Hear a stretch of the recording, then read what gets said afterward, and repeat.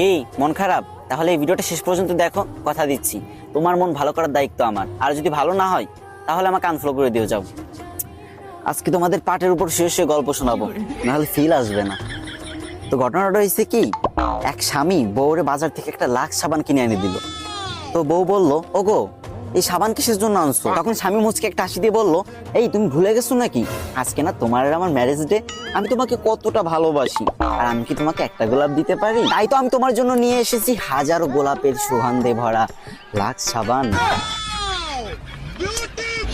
তখন বউ মুচকে একটা হাসি দিয়ে বলল, ওগো তুমি আমাকে কতটা ভালোবাসো, রোদ্দুর থেকে কত কষ্ট করে বাসায় আসছো, তুমি বসো না, ঠান্ডা মাথায় বসো, আমি তোমাকে একটা লেবুর শরবত করে দিই। তখন স্বামী বলল আচ্ছা। তারপর বউ শরবত করে আনলো। শরবত খাওয়ার পর স্বামী তো একটু বললো, বউ ও বউ এইটা কিসের শরবত? আমার গলাটা বড় হয়ে চলে গেল।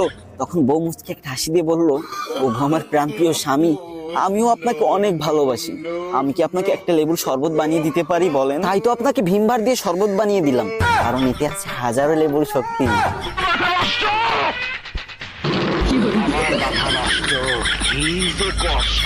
তো গাইস, গল্প বলা শেষ।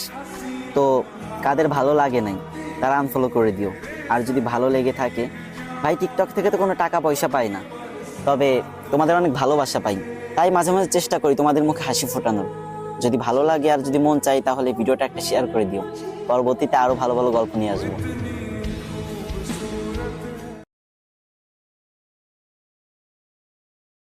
কি মন খারাপ? তাহলে এই ভিডিওটা শেষ পর্যন্ত দেখো, কথা দিচ্ছি তোমার মন ভালো করার দায়িত্ব আমার। আর যদি ভালো না হয় তাহলে আমাকে আনফলো করে দিও। যাও, আজকে তোমাদের পাটের উপর শুয়ে শুয়ে গল্প শোনাবো, নাহলে ফিল আসবে না। তো ঘটনাটা হয়েছে কি, এক স্বামী বউরে বাজার থেকে একটা লাক্স সাবান কিনে এনে দিল। তো বউ বলল, ওগো এই সাবান কিসের জন্য আনছো? তখন স্বামী মুচকে একটা হাসি দিয়ে বলল, এই তুমি ভুলে গেছো নাকি আজকে না তোমার আর আমার ম্যারেজ ডে?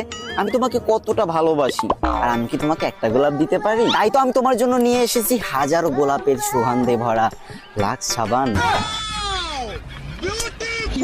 তখন বউ মুচকে একটা হাসি দিয়ে বলল, ওগো তুমি আমাকে কতটা ভালোবাসো, রোদ্দুর থেকে কত কষ্ট করে বাসায় আসছো, তুমি বসো না, ঠান্ডা মাথায় বসো, আমি তোমাকে একটা লেবুর শরবত করে দিই। তখন স্বামী বলল আচ্ছা। তারপর বউ শরবত করে আনলো।